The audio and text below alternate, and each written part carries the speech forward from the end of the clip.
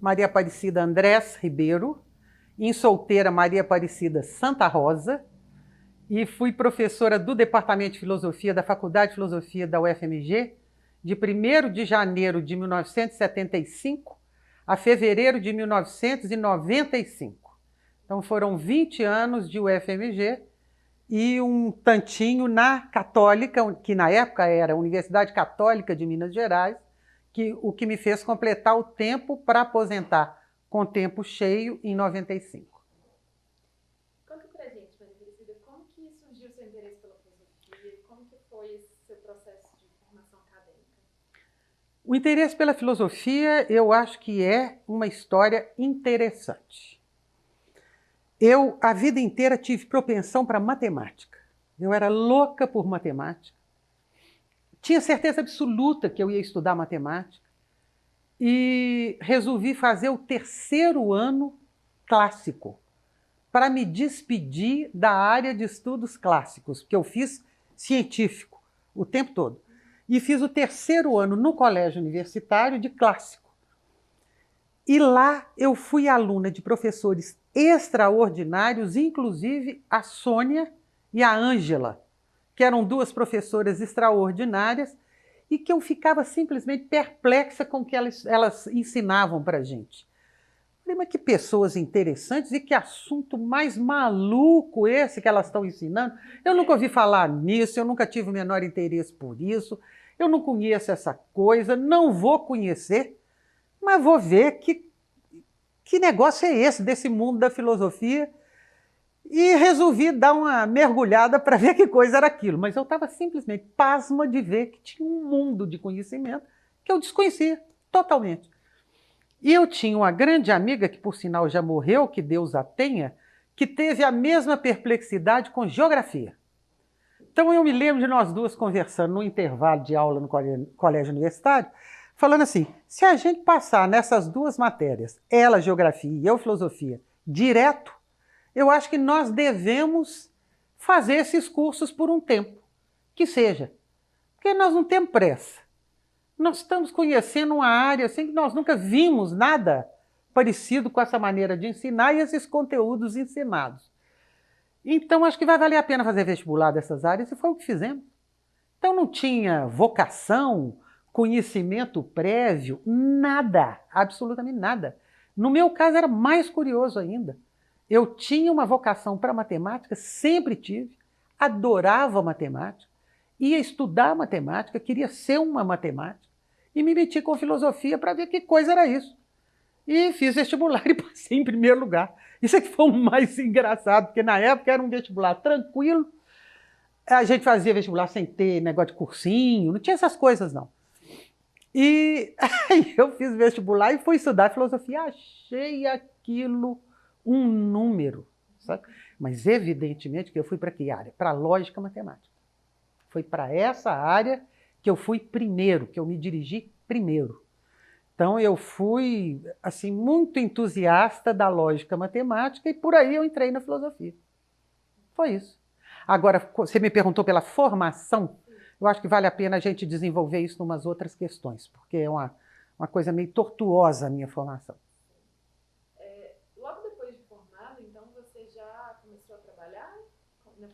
Imediatamente. Eu formei em dezembro de 71, dezembro de 71, eu já tinha me casado, eu casei em 70, eu fiz 2 anos da faculdade já casada e comecei a trabalhar em janeiro de 71 na Universidade Católica, no novo ciclo básico de Ciências Sociais que se montava lá, na área da filosofia, com um grupo de professores que depois eu fui com eles para o ciclo básico da Federal, que só foi abrir em 1975. Então, de 71 a 74, eu trabalhei na PUC. Dei a matéria de introdução à filosofia, lógica do pensamento científico, e dei uma cadeira que era bem geral sobre problemas do mundo contemporâneo. Tinha um padre muito para frente, muito aberto na PUC, que andou chamando gente de equipes, de áreas diferentes, para dar essa matéria de problemas do mundo contemporâneo, Falei, eu vou nesse negócio, vou ver o que é isso, né? Achei ótimo também, muito bom, sabe? Esse era o Padre Alberto Antoniazzi. Muito interessante. Escrevia muito bem, falava muito bem e fazia experimentos universitários bons de participar deles, sabe? E depois fui para a Federal. Aí é que eu fui para lá quando foi aberto o ciclo básico da Federal. Eu gostava muito de dar aula para calouro, muito. Achava ótimo, sabe? Nós somos de um tempo, né, Tá? Que as pessoas acabavam a graduação e tinham emprego, né? Eu dar aula. Exatamente. Isso, hoje em dia tem Exatamente. Aí... terminava a graduação e estava dando aula regional, né? Um pouquinho depois na Federal, mas assim... Exatamente. E teve uma coisa curiosa para mim, do ponto de vista da formação, nessa época da PUC. Meu marido fazia arquitetura e o curso dele durava 5 anos. O meu, na filosofia, durava 4. Então, eu tinha muita vontade de ir para a França fazer pós-graduação. E comecei a dar aula em 72. E falei assim, o que eu vou ficar fazendo para estudar? Eu tenho que estudar alguma coisa. Então, procurei onde é que tinha a coisa mais próxima do que eu gostava, fiz o exame da ciência política e entrei para o mestrado em ciência política. Então, a ideia era eu já ir me preparando para alguma coisa que era da grande área da qual eu participava e fui fazer ciência política. E lá eu tornei a descobrir outro continente, que era o continente da filosofia política, que eu também desconhecia absolutamente. E foi daí que depois eu dirigi um pouco a carreira, porque eu mexia na filosofia com lógica matemática, mas vinha conhecer a filosofia política e adorei. E conheci o Habermas, não na filosofia, mas no departamento de ciência política. Então, meu orientador lá era o Fábio Vanderlei, o pai do Bruno, que hoje é o diretor da Faculdade de Filosofia, e o Fábio era meu orientador e ficou muito meu amigo, e gostava muito do Habermas. Então, eu introduzi na leitura do Habermas aí, no departamento de ciência política, fazendo mestrado. Porque entrou um coordenador que era um chato no departamento de ciência política e vedou a possibilidade de quem não tinha defendido em 1 ano ou em 2, de defender lá. Falei, não vai dar não? Então eu vou caçar outro rumo. Eu já estava com o meu trabalho praticamente pronto. Então eu conversei com o pessoal do departamento de filosofia, se não era possível apresentar a tese, habilitar a tese para defender no departamento. Aí eu precisava escrever mais um pedaço e o Marçal se propôs a ser meu orientador. Foi também uma experiência muito boa, porque aí eu fui mexer com filosofia política, que eu também desconhecia. Então foi uma experiência muito boa nessa época, sabe? E aí eu fui para o departamento de filosofia. Logo em seguida, depois do mestrado, então você já foi como professora de filosofia? Eu só fui defender a minha tese em 90. Eu defendi lá embaixo, sabe? Porque na época não podia defender no departamento, eu larguei para lá. Comecei a estudar por conta própria e tal, depois é que eu fui entrar mesmo para o assunto que eu escolhi, que eu fui estudar e fiz um negócio enorme. Aí eu resolvi cortar, guardar a melhor parte para o doutorado e defender uma coisa que fizesse sentido, também faz, né? Que era uma outra parte do mesmo conjunto de assuntos. E foi o que eu defendi em 90, quando eu estava... Aliás, eu não tinha nem entrado na pró-reitoria ainda, sabe? Eu resolvi fazer o doutorado, me entrevistei com uma professora da USP e com um da Unicamp, escolhi a Unicamp, defendi a tese e já ia, mas acabei não indo. Fui fazer outra coisa. Mas isso já está lá adiante, eu já tinha feito inclusive medicina. E aí depois como que foi? Assim, você, como professora do departamento de filosofia, escolhendo também estudar outras áreas como medicina? A medicina foi o seguinte, eu morei na Índia, porque meu marido foi fazer uma bolsa de estudos lá, em 1977. Eu já estava na Fafiche. Então, eu pedi uma licença sem vencimento, porque eu resolvi ir acompanhando o marido, que tinha a bolsa, e eu tinha uma criança de 2 anos. Acabou de fazer 2 anos, eu viajei. Era o meu mais velho. Foi uma experiência muito forte muito forte. E, a certa altura, eu resolvi colocar o Joaquim Pedro, meu filho, numa escola e pedir ao meu médico homeopata na Índia, eu já saí daqui me tratando com homeopatia, tratando o Joaquim Pedro com homeopatia, pedi o meu médico homeopata para me dar umas aulas, porque eu já sabia a parte teórica razoavelmente. Então, no tempo que o Joaquim Pedro estava na escola, eu acompanhava o médico nas consultas, ele tinha uma farmácia do lado do ambulatório onde ele atendia, ele acabava o ambulatório ao meio-dia e a gente repassava as consultas do dia e as dúvidas teóricas e práticas que eu tinha. Eu via ele formular remédio, porque ele tinha uma farmácia lá dentro também. Então foi muito interessante isso, que eu aprendi não só a aprofundar a teoria homeopática, mas como é que era a prática de consultório homeopático com um cara que era um craque, estudou na Inglaterra, ele e a mulher. A mulher tinha outro consultório, em outro lugar, outra farmácia. Eu frequentava muito a casa deles. E foi uma formação muito interessante.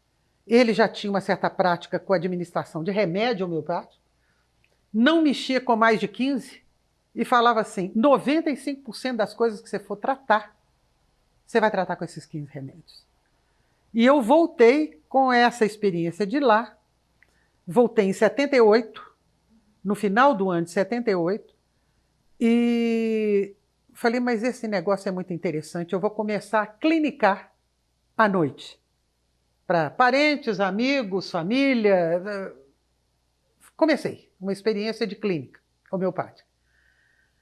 Fui indo, sabe? Fui indo, sem muita obrigação, sem ganhar dinheiro com isso, fui indo, fui levando a experiência de medicina homeopática.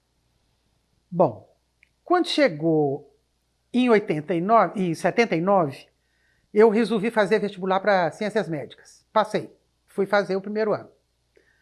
Mas era chato, porque tinha que ficar negociando os horários, eu trabalhava, era um negócio difícil essa negociação. Engravidei da segunda filha. Então, eu falei, você quer saber, eu vou fazer vestibular de medicina para federal, porque para mim vai ser mais fácil. Depois que eu tiver menino, eu posso ir fazendo as matérias devagar. Resolvi fazer medicina mesmo, porque eu falei, depois que eu aposentar, eu vou ser médica, homeopata, mas vou fazer a medicina alopática primeiro, o curso todo, para ver como é que é isso, quais são as diferenças e tudo mais, e comecei a fazer. Mas foi um tempo danado de difícil, porque minha filha é de 81, eu tirei licença um semestre, que não estava dando, depois voltei, nessa época eu dava aula no ciclo básico, eu comecei a escrever minha tese de mestrado, dava aula para burro, dava aula de noite, dava aula de manhã, e em uma certa época eu comecei a coordenar o ciclo básico. Então era um tempo danado de difícil, e parei de clinicar à noite, porque não dava tempo, simplesmente, eu tive que trabalhar. Teve uma época que eu tive que dar uma parte da minha carga horária na escola de medicina. Então eu tinha aula com meus colegas até uma certa hora, por exemplo, 3h30, 4 horas, passava para a mesa de professora, dava aula para eles mesmos e para outros que quisessem fazer a matéria, voltava para a posição de aluna, sabe? Eu combinei o tempo na Fafiche e na escola de medicina, para eu completar o tempo que eu tivesse que fazer. Então não foi fácil não, foi uma época danada de difícil. E assim foi. Eu fiz a medicina e acabei escrevendo minha dissertação, defendi a dissertação, já ia para o doutorado quando acabei desistindo, porque eu fui convidada pela reitora que foi eleita para assumir a pró-reitoria de extensão, com a qual eu jamais tinha trabalhado. Nunca tinha trabalhado com extensão. E fui para essa área. E aí minha vida tornou a mudar, outra vez. Sabe? Antes da gente começar a falar um pouco sobre a pró-reitoria de extensão, como que você percebeu alguma relação entre a filosofia e a medicina nesse tempo? Olha, traçar alguns caminhos? Não mesmo. No departamento de medicina, no departamento de filosofia, a área de interface de medicina com filosofia não existia. E lá eu já ia numa direção determinada e já ia aproximando da hora de aposentar. Então, eu dei aula no básico muito tempo, dei aula um tempo sobre filosofia política, ensinei Habermas um tempo, que foi um tempo que eu estava escrevendo assim mais de perto, então eu ensinei um pouco isso também. Mas a minha trajetória na Fafiche não tinha a ver com a trajetória na escola de medicina. O que tinha de comum era que me dava uma dor de cabeça louca fazer meu horário no mês de janeiro. Porque eu tinha que dar 40 horas de dedicação exclusiva na Fafiche, tinha que fazer medicina no horário que desse e que não perturbasse meu horário de trabalho. Estava escrevendo a dissertação para a ciência política e depois parei de mexer com ciência política. Eu tinha esperança que entrasse um coordenador que acabasse habilitando a gente. De fato entrou, mas eu não fui mais. Porque aí eu já estava orientada pelo Marçal, sabe? E com isso não tinha ponte, não. Muito diferente da minha experiência na Câmara, recentemente. Que aí eu fazia a interface mesmo, de educação superior com saúde, que ninguém tinha o meu perfil de formação. Aí tinha diretamente, mas no departamento não, e na escola de medicina também não. E o notável era o preconceito que os professores da escola de medicina, em geral, tinham com homeopatia. Eles achavam que aquilo era curandeirismo, chá de ervas, tudo. Então era uma brigaria. Depois eu parei. Eu falei, eu não vou mais, porque para eles a autoafirmação da alopatia, eu percebia que passava pela negação pura e simples de outras alternativas de terapêutica. Que eu entendo a alopatia mais como, a homeopatia mais como terapêutica. E a medicina não era outra coisa no meu tempo de formação, não. Tanto que eu vivia dizendo lá que se eu fosse mais moça, eu seria uma pesquisadora do ICB. Ia mexer com genética, com imunologia, que dava para ver de cara que eram áreas que iam ter um maior futuro. E eu falava, é pena que eu já estou noutra profissão, mexendo com outra coisa, porque se eu fosse mais moça, eu entrava na pesquisa por aí, na área de saúde. Porque na escola, a parte toda de formação, que era muito boa, era terapêutica. O que você dá quando você tiver uma febre e tiver também tosse? Então lá ia a bula medicinal. Você falou que a homeopatia para você é terapêutica? É terapêutica. Ela tem uma... Preventiva não, né? Preventiva tem. É uma terapêutica, inclusive preventiva, né? Ué. Inclusive preventiva. Você tem... Eu vi Joaquim Pedro, meu filho, ontem, que estava num processo de gripe fortíssimo. Chegou no almoço nosso de família, tremendo, com frio, com o corpo frio, deitou passando mal. Eleonora veio de lá com uma terapêutica também alternativa dessas de própolis, deu uma dose de uma própolis fortíssima para ele, ele sarou, em 15 minutos ele estava em pé na sala comendo com todo mundo. Chegou arrastando. Na parte da formação em medicina tem uma coisa curiosa. Eu entrei pensando em me tornar uma médica profissional, depois da aposentadoria, e saí do curso tendo certeza absoluta que eu jamais ganharia a vida como médica. Isso foi muito curioso. Eu fiz um curso muito bom, muito bem feito, mas quando eu já estava no 5º ano, eram 6, quando estava já no penúltimo ano, eu já sabia que médica eu não ia ser. E sabe por quê? Porque boa parte dos meus professores eram meus colegas. Eu não tinha muita noção de que medicina, a formação e depois a prática médica, fosse exatamente o que é. Eu não tinha muita noção. Porque eu já tinha largado a medicina alopática para trás, quando eu comecei a tratar os filhos com homeopatia. Gostava muito daquilo. E cheguei à conclusão que nem os homeopatas, nem os alopatas, depois de profissionais, não gostavam muito de estudar. Então era uma coisa dificílima. O Naftali Katz, que era um bom pesquisador da UFMG e depois foi tocar uma fundação de pesquisa aqui, me fez um desafio numa festa que nós estivemos. Ele falou, você pode arranjar os homeopatas que você quiser para botar lá dentro do instituto, podem ser até 3. Sabe quantos eu consegui? 0. Não consegui nenhum. Então era curiosíssimo, os caras não estavam dispostos nem a despender 2 horas por semana, 5 horas por semana, não estavam.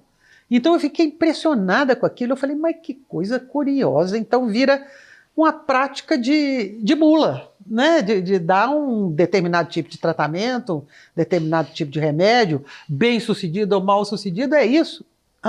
Eu não vou ser médica para ganhar a vida com isso, não vou. Pronto. Voltando então um pouco a falar sobre a formação, né? Sua formação na filosofia. Quem foram os seus principais mestres, os principais professores que mais te inspiraram?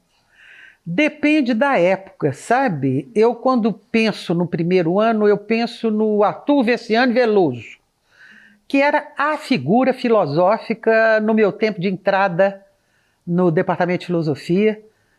Era uma figura tanto impressionante intelectualmente como impressionante fisicamente. Ele me parecia um homem imenso, imenso, ele era enorme.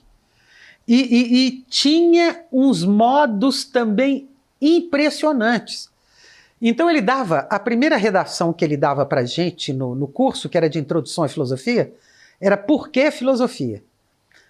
Eu me lembro perfeitamente da hora que ele chegou com as redações dos alunos e cada um ele falava, ele fazia uma butade, digamos assim.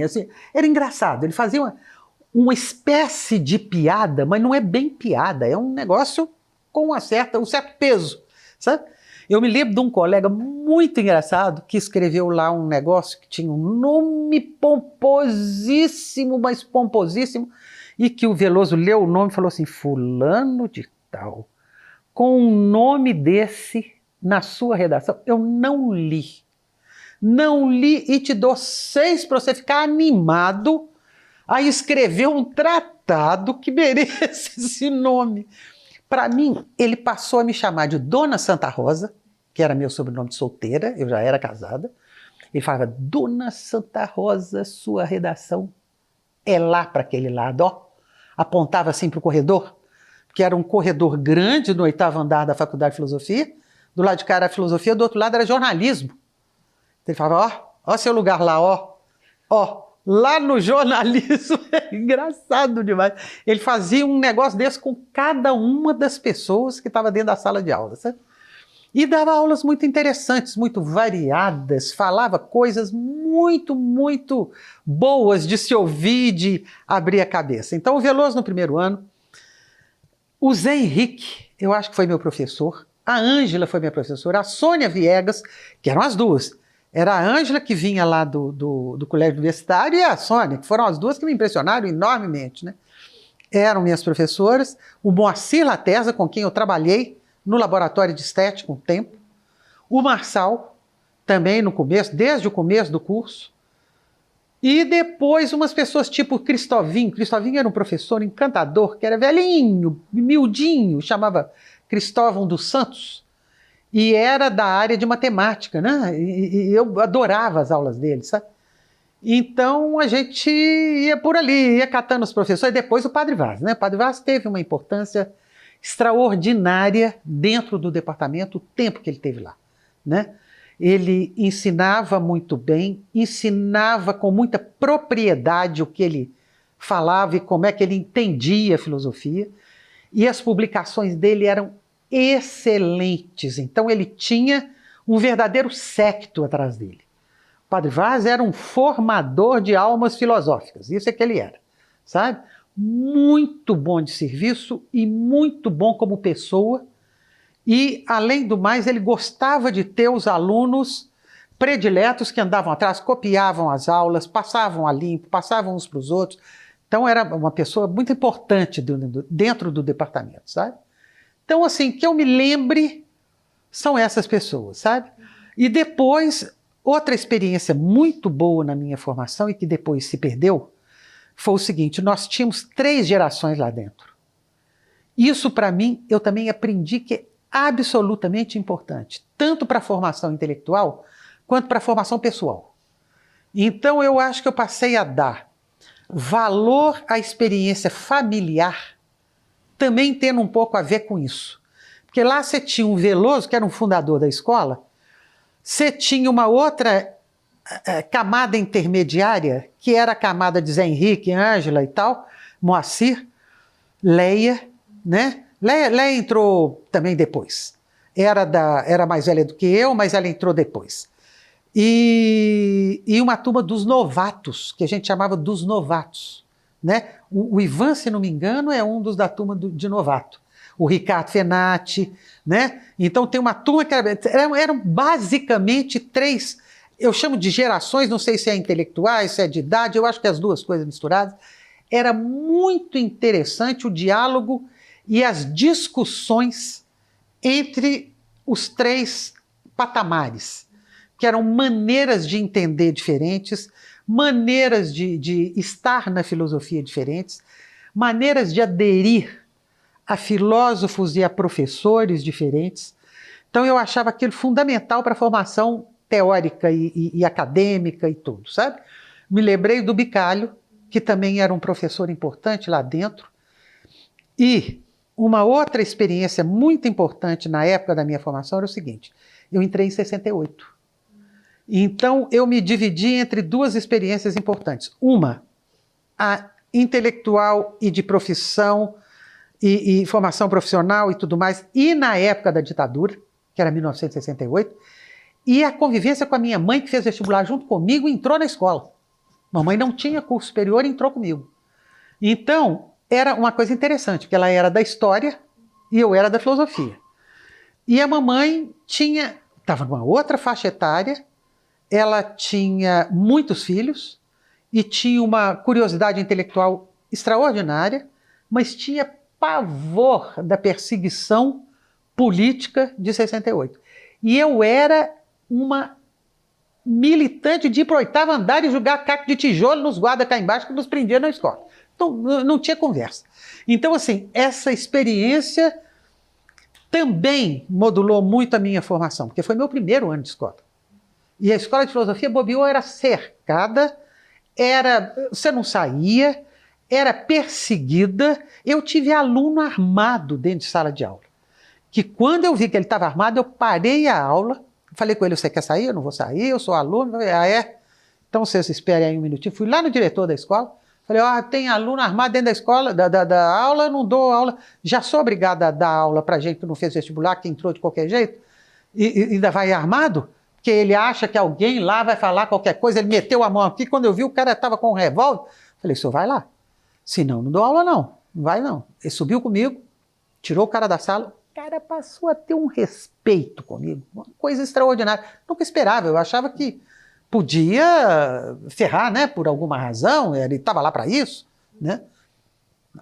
Passou a estudar, nunca mais entrou armado. Então, assim, teve experiências muito importantes ali, né? E eu, além do mais, ainda frequentava o departamento de ciência política. Eu era uma de 2 que não tinha feito sociologia na turma, sabe? Eu era a única de filosofia e tinha um colega que eu acho que era de economia. Não era não, era de uma outra área, que depois veio a ser um assessor do Figueiredo. Era um sujeito mais velho, que veio do Rio Grande do Sul, era da minha turma e era impossível. Então meus colegas pintavam e bordavam com ele, que ele sempre vinha com as conversas fiadas para boi dormir, numa época que era duro, você tinha que ficar ali com os 2 olhos abertos, dormir de olho aberto, sabe como é que é? Não podia dar bobeira não. Esse tempo era um tempo difícil. Então, teve isso também. A formação é importante, os professores importantes, os colegas importantes, e a conjuntura política muito importante, sabe? E outra coisa que também eu reputo como importante é assim, o tradicionalismo da visão masculina. Na minha formação, na minha época da filosofia, era impressionante. Porque a quantidade de professoras dentro do departamento era enorme, enorme. Mas os homens achavam que tinham que ir com a fala forte, com a mão forte, com o braço forte, te dando ordem. Te davam ordem. Você falava: que isso, cara? Sabe? Então você tinha um machismo ali, que era claro. E mais da metade do departamento era de mulheres, professoras. Então também era uma coisa interessante, sabe? Boa para você marcar. Um tempo de formação. Porque meu tempo foi esse, de 1968 a 1970. Então, uma época dura da repressão, uma época dura da política e umas curiosidades de gente dentro do departamento também muito interessante. E era um departamento com muita endogenia. Ficava todo mundo ali dentro, uns com os outros, outros com os outros, outros com os outros. Sabe como é que é ali? Ficava aquele negócio, nós éramos assim, sabe? Uma coisa curiosa. A maior parte dos professores, naquela época, tinham sido formados na própria, né? Eu sou um caso, né? A maior parte dos professores, de alguma maneira, tinham feito graduação na UFMG, né? Endogenia nesse sentido, né? A formação, às vezes o mestrado, o doutorado, o pessoal ia sair, mas isso ia depois, porque nem tinha. Não tinha, não existia. Doutorado, mas as pessoas eram formadas ali, faziam curso de graduação e aí, de alguma maneira, eram captadas para esse departamento, né? Me parece que o primeiro concurso público foi, não sei se foi o que o Paulo Marruti fez, já foi, naquela pessoas eram convidadas para serem cursos. Os alunos se destacavam, eram convidados. Eles se formavam, eram convidados para ficar, ou eram chamados lá do colégio universitário, né? Mas todo mundo era formado ali e voltava, né? E depois ia fazer um doutorado fora, uma coisa assim. Mas isso é bem depois, né? Isso é bem depois. Uma outra coisa curiosíssima na minha turma de começo de curso é que mais da metade dos meus colegas vinham de seminário. Isso também é um dado importante. Vinham de seminário para completar a formação religiosa, ou vinham de seminário, depois do seminário, para fazer uma formação leiga num departamento que eles achavam que era o mais afim com a formação de seminário que eles tinham. Então tinha muito peso religioso o jeitão da turma, sabe? Muito peso. Você vê, eu que era lá da paixão por matemática, fiz uma formação inteira em outras áreas e nunca fiz matemática. O que me faz pensar assim ali de noite com meu travesseiro assim, será que tem reencarnação? Uai, o que é isso? Eu sou talhada, ou era, para matemática assim, sem nenhuma dúvida, nenhuma, zero. Resolvi ver o que era uma área de humanas para dar tchau. E nessa época, Priscila, quando você iniciou sua carreira, assim, como que você via essa relação do departamento de filosofia, que ficava ali na Carangola, que estava no meio desse momento político, já ali depois de 70, né, começando a abrandar um pouco? Como que você vê a relação do departamento com a cidade? Com a importância do departamento de filosofia para Belo Horizonte? Nenhuma. Zero. Se eu tiver que pensar seriamente, é zero. Tinha não. No meu tempo de formação, negativo. Depois disso, o departamento começou a ter uma proeminência dentro da escola, que também outras áreas da escola tinham mais participação externa. Psicologia, por exemplo, que tinha professores que eram luminares fora. Célio Garcia é um exemplo. É do meu tempo na escola, ele tinha um bando. Ele não tinha um grupo, ele tinha um bando. Onde ele estava, tinha um grupo atrás dele, era uma coisa impressionante. Então, eu estou tomando um exemplo que era do departamento de filosofia. Sônia, mas era restrito, era de gente que gostava da filosofia ou gostava de arte. Alguma coisa artística. Sônia era muito boa de serviço, mas era uma coisa assim muito restrita, sabe?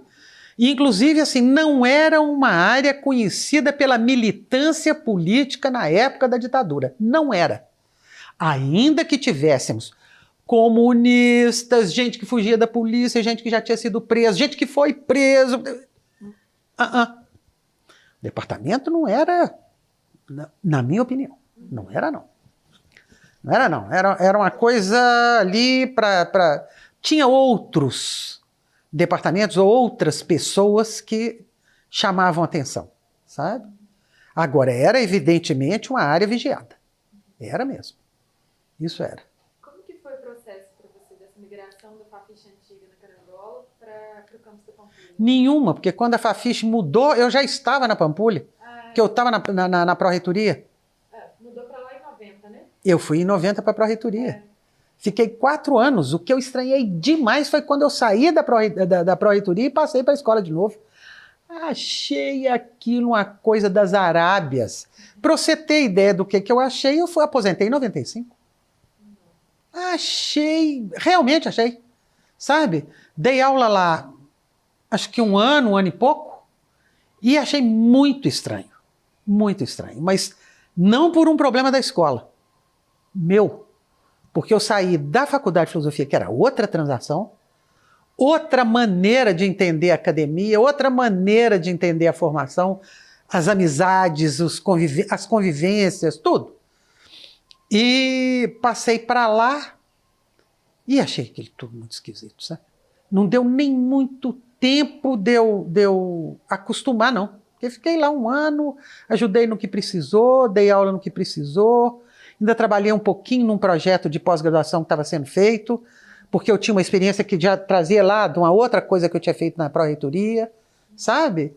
E saí logo, custei a decidir, porque eu gostava muito de dar aula, achava legal.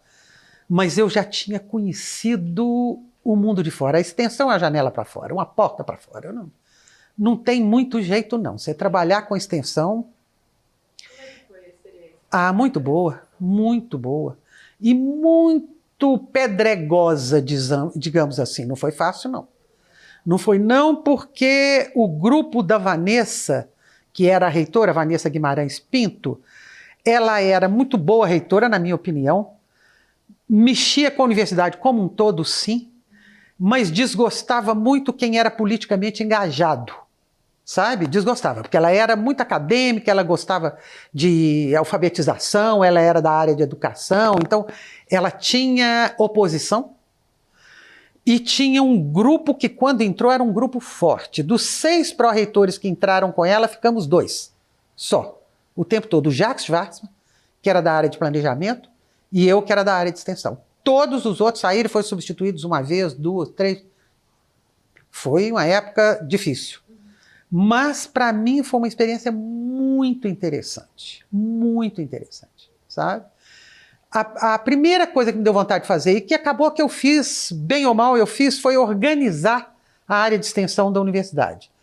Porque eu acho que a minha perspectiva da extensão era uma perspectiva, digamos assim, mais generosa, vamos falar, comparada com outra ou com outras, principalmente com a que estava em vigência quando eu entrei. Eu não entendia que extensão era assistencialismo. Nunca entendi. Então, eu tinha entrechoques com quem achava que a extensão servia para fazer assistencialismo. Eu nunca me dei com a atitude assistencialista. Não gosto. Não acho legal. Então, o que eu fiz? Eu procurei ver em cada unidade da universidade o que era o trabalho típico externo ou de ponte entre o exterior e o interior que era feito. Nas áreas sociais, é evidente que tinha uma tendência assistencial. Tinha que ter, não tinha outro jeito. Mas na área de informática, por exemplo, ou na área do Departamento de Ciência da Computação, inclusive fundado por colegas meus, porque quando eu estava dentro da formação em filosofia, eu fui uma de 2 mulheres, que o resto era homem, que entraram para serem estagiários do computador da reitoria, assim que chamava. Era um computador que ocupava uma sala. A gente programava na base do 1 e do 0 ainda, furava cartão. E meus colegas desta turma arranjaram um jeito de correr com nós 2, comigo e com Maria Cecília Magalhães Gomes, que era filha do professor Chiquinho Bomba Atômica, que a gente chamava, que era um craque. Maria Cecília, que Deus a tenha, já morreu. Era uma ótima colega.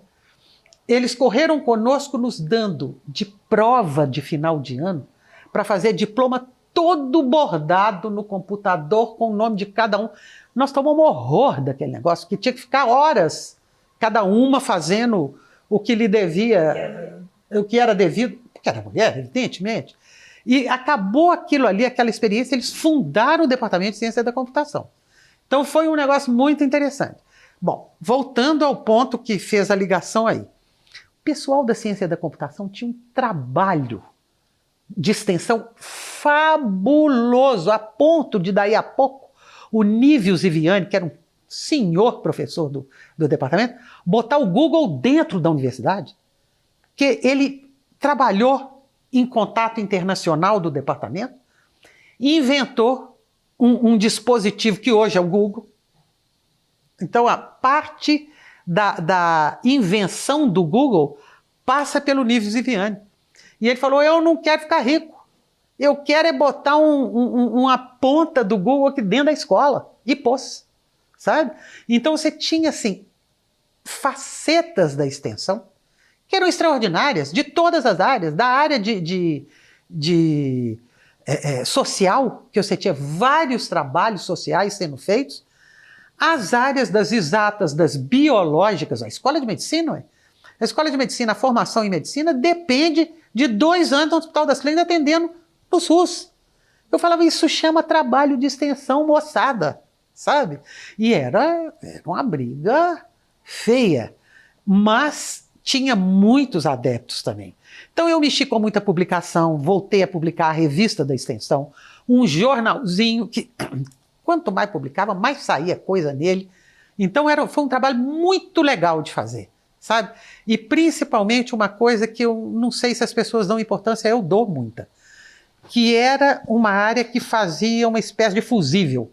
Ela fazia uma modulação da energia. Porque o que é a língua dentro da universidade, o que é a língua de fora é completamente diferente. O que são as demandas da universidade, universitárias, puramente.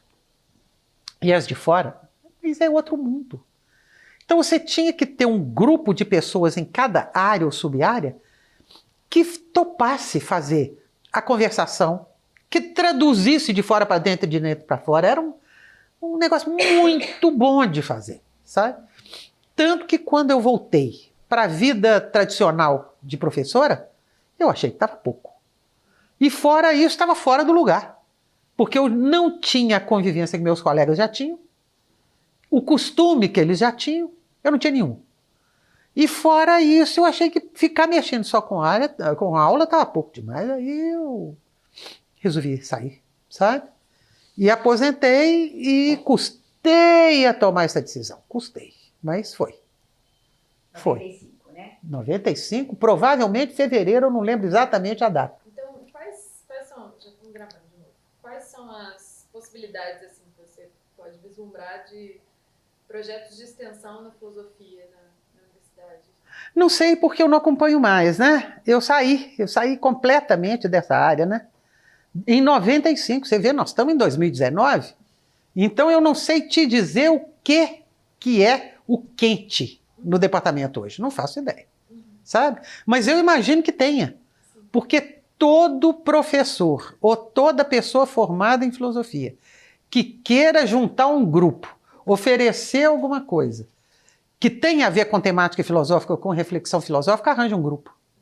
Todo lugar. É em São Paulo, é no Rio de Janeiro, é Belo Horizonte, é Brasília, onde for. Onde for você arranja plateia e gente interessada, sabe? Então, quanto a isso, eu não vejo problema nenhum. Hoje está muito melhor para a filosofia, para os filósofos, do que... Eu vejo o Renato Giannini, né, que é um camarada da filosofia, um professor de filosofia de primeira. Ele vinha aqui dar formação, reforço da formação para nós, ganhou amigos aqui, com todo mundo. Tem uma turma de filosofia aqui que vai fazer os programas de Adalto Novaes há anos e anos e anos. Quando eu estava na pró-reitoria, eu fui a primeira a botar o programa do Adalto dentro da universidade, porque a gente fazia uma triangulação, né? Se arranjasse um pró-reitor no Rio, ele fazia lá, eu fazia cá, o Adalto fazia não sei aonde, São Paulo, e assim, o povo que vinha daqui para ali, são livros extraordinários, são palestras extraordinárias. Você não conhece, jura? Ah, mas você tem que conhecer. Você tem que conhecer. Ele vem todo ano. O Newton Minhoto, você conhece? Procura o Newton. Procura o Newton. O Newton é fixo no programa do Adalto há anos, sabe? Dá sempre palestras extraordinárias do tema que é o tema quente, seja para o Brasil ou seja para o mundo ou o que for, sabe? Ele já trabalhou política, ele já trabalhou história, ele já trabalhou temas filosóficos, tudo. E os livros são espetaculares, muito bons. Então, assim, nos 4 anos que eu estava na pró-reitoria, quando o Adalto vinha para Belo Horizonte, podia contar com o UFMG, que a gente estava dando força, sabe? Ou se dia espaço, ou se dia professor. Hoje tem um núcleo de gente formada em filosofia que está com o Adalto para onde ele vai. Gente da USP, gente da UFRJ, gente da UFMG, vai para onde for. Quer dizer, é um trabalho típico de extensão, né? E o Adalto é um cara que ama a filosofia, gosta dos temas, e é um cara muito interessante, sabe? Então você tem figuras que gostam da filosofia, são da filosofia, que segura a área no país, né? Mas porque estão dispostos a fazer uma abertura de cabeça, uma abertura de perspectivas, né? O Renato Giannini, por exemplo, ele foi ministro da Educação pouquíssimo tempo com a Dilma. Levou uma experiência impressionante, porque foi na época que a coisa estava caindo, que a situação estava caindo. Ele entrou animadinho, ficou 6 meses. Ele pegou o mercadante de um lado e do outro, como ministro da Educação, continuou falando legal, falando bem da educação e tudo mais, mas pegou provavelmente das épocas mais difíceis para ser um ministro da Educação, foi Renato. Podia ter feito um trabalho e tanto, mas não era. Já estava numa época dificílima. Então, assim, são pessoas que são do métier filosófico, isso é muito legal, sabe? Eu acho muito legal. E aí, depois da sua aposentadoria, como é que você foi participar na assessoria do Ministério da Educação, do INEP, do SESU? O negócio é o seguinte, Maurício, meu marido, é uma pessoa da ecologia. E um ecólogo do Rio de Janeiro foi para ser um secretário do Ministério do Meio Ambiente. Não conhecia o Maurício, mas conhecia os livros dele, chamou o Maurício para ser um diretor dele. Então, eu na época já estava aposentado, e o Maurício falou, vamos lá, que às vezes você arranja um emprego que você gosta, e se você gostar, você fica, se não gostar, você não fica, mas vamos lá, quem sabe.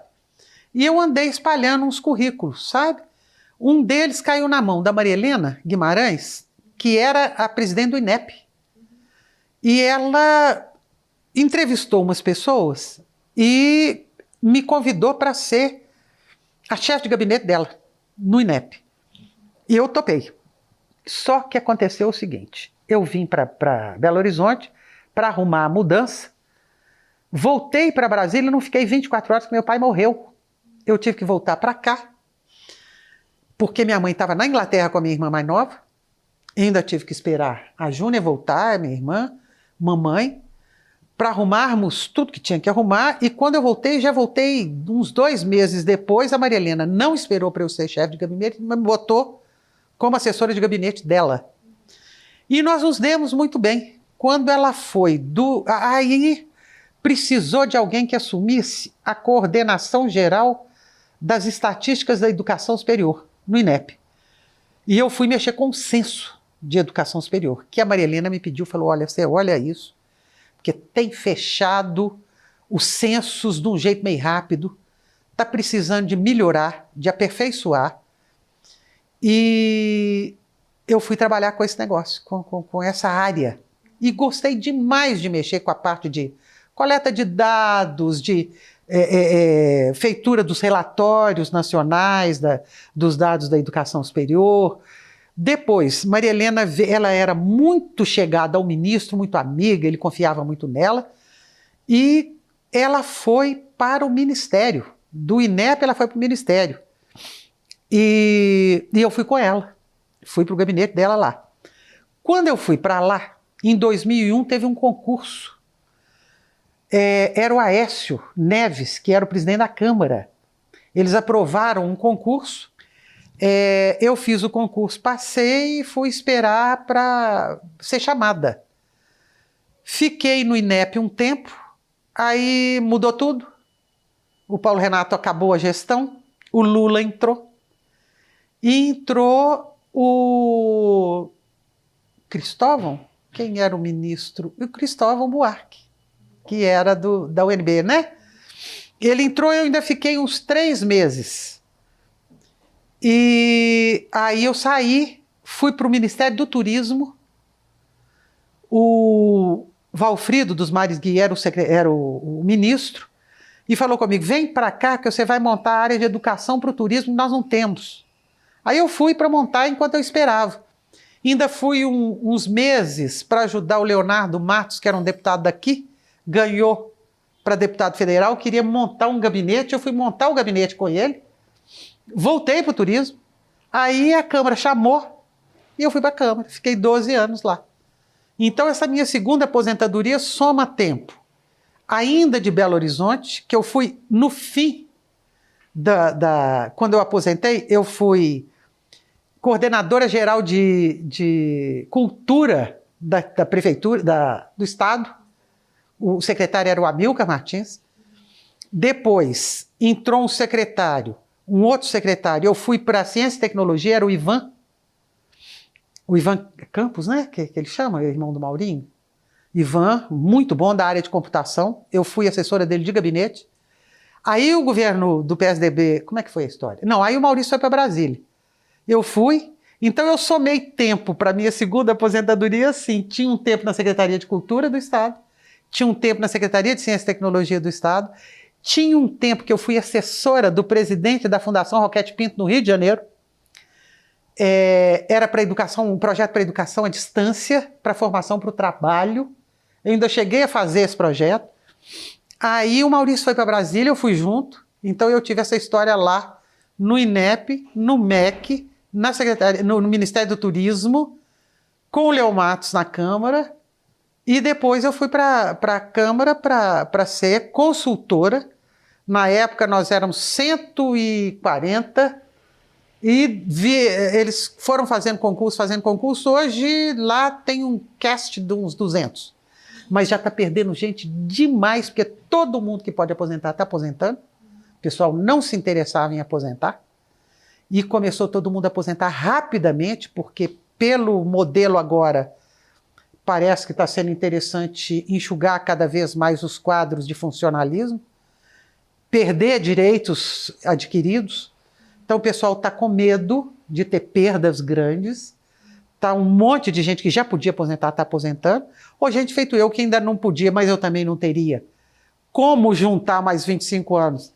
Então eu já fui logo aposentando, já que eu, de qualquer modo, se eu esperasse a idade, não ia ter aposentadoria integral.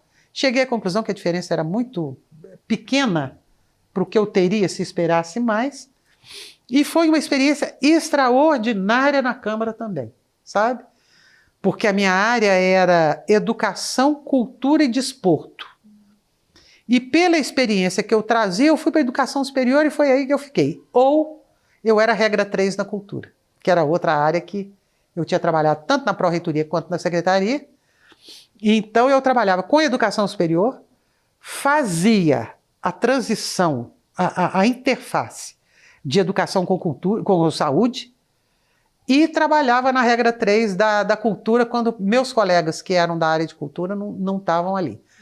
Mas nós tínhamos lá 22 áreas do conhecimento, uma delas era essa, educação, cultura e desporto. Mas área de tudo quanto há. Direito eram 6 áreas de especialidades do direito diferentes. Sabe? E nesses trabalhos, você achou que a filosofia contribuiu no seu modo de trabalhar? Eu acho que a filosofia contribui sempre, sempre, porque é uma área muito generosa e muito ampla. Você pode, em princípio, refletir sobre tudo quanto há.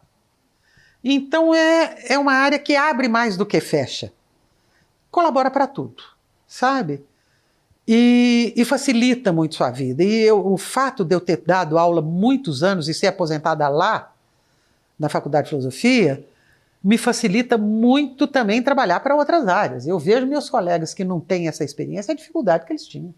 Nossa, na escola de medicina, eu tinha colegas que eram verdes porque simplesmente eles não tomavam sol, não saíam de férias, estudavam feito loucos, porque não tinha experiência de avaliar o que era a coisa que realmente era importante, que se o professor fosse bom ia pedir na prova, e o que não era importante, que era um uma coisa lateral. Então, eu acho que assim, a formação em filosofia ajuda muito sempre.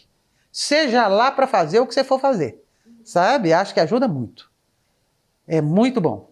Eu nunca me arrependi de ter feito filosofia, jamais. A gente sabe que, dá para ver que a sua trajetória ela é muito diferente de outros Muito, professores, né? muito. Que outros professores se mantiveram mais dentro da universidade, na sua atuação. No meu caso, não mesmo. Não mesmo. Como você aconselharia assim, para um estudante de filosofia que queira atuar fora da universidade? Estude todas as áreas da filosofia. Descubra o que você pode gostar dentro de cada área e sub-área da filosofia. Quanto mais abertura você tiver, mais você já está com o pé dentro e fora. Dentro e fora. Sabe? Eu nunca me dei muito com uma coisa só.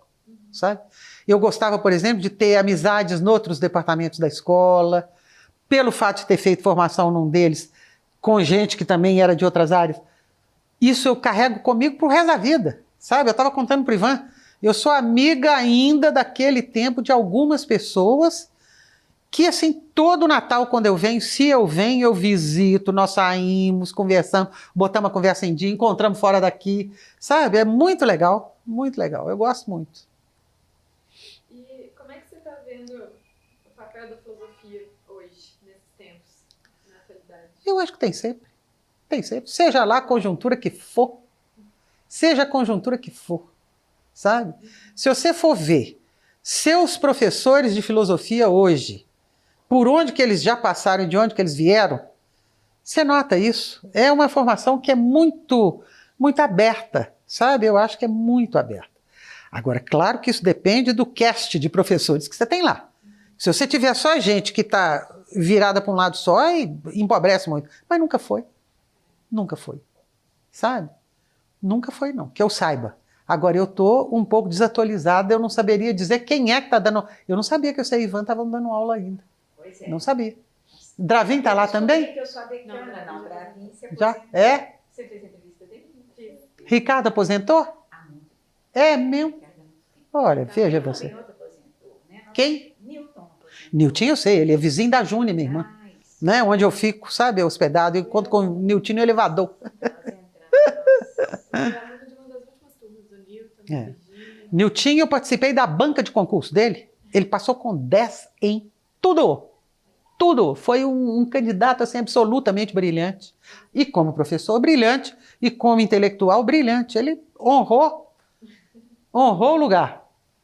Agora, eu continuo, né? Ivan, eu não sei por que eu Ivan, mas eu descobri que eu sou chefe em exercício do departamento porque eu sou decana. Que legal. Que legal, mas não é legal ser decana? A Alice tá de férias e a Cecília tem uma coisa em causa própria dela, que ela não pode, ela é subchefe, ela não pode montar sua própria banca de concurso. Eu estou montando, porque eu sou decana, então eu sou a pessoa mais antiga. Acho que o Ivan, porque ele fez o concurso titular. Ah, é? Né? Ele virou outra coisa. Tempo que começava a carreira de novo, eu acho que aí eu fiquei com a data de entrada da ativa, que é a minha data de entrada, junto com o Milton. E Lívia, esse pessoal, saiu já? Lívia está na ativa, Lívia tá? Continua. É. Olha só. Paulo Margutti aposentou também? Paulo se aposentou. Fernanda, Alexandre, Pedro, o pessoal todo, né? Paulo está um pouco aqui na FAGE, o Dravin também. Que é a FAGE? Nos Jesuítas. No antigo ISE, né? Que a gente ISE. Eles estão lá. Assim, muito parcial. Sei. Então... Você tem mais alguma coisa que você gostaria de comentar? Algum outro caso? Não precisa ter uma ordem muito certa. Eu acho que hoje a gente está numa conjuntura muito diferente da conjuntura da minha mãe. Minha mãe se aposentou de vez com 40 anos de trabalho. No Ministério do Trabalho, mais exatamente. E eu me aposentei com 52. Quer dizer, é uma diferença razoável. 12 anos de mais tempo do que minha mãe teve trabalhando. Aposentei e achei muito esquisito, porque eu sempre fiz muita coisa ao mesmo tempo. Eu já queria estar no Rio morando. É meu plano. Então eu acho que em breve estarei. Mas eu arranjei 3 dias por semana para fazer ginástica. Depois da ginástica tem aula de dança, tem baralho, tem beleza. E terça e quinta, mais 2 dias de pilates, o que também é ótimo. Então chega de tarde, eu falei que eu estou relaxando, porque de manhã eu fico cansada demais da conta, porque fazer ginástica, dançar, jogar baralho, né? E nos outros dias é pilates também. Aí de tarde tem que relaxar, né? Aí você tem que ler um livro, você tem que ver uma série, de noite vai para o cinema. Muito bom. A vida de aposentada tá ótima por hora. Por hora. Virar, né? É. Não sei se eu vou conseguir chegar nesse Claro que vai, imagina.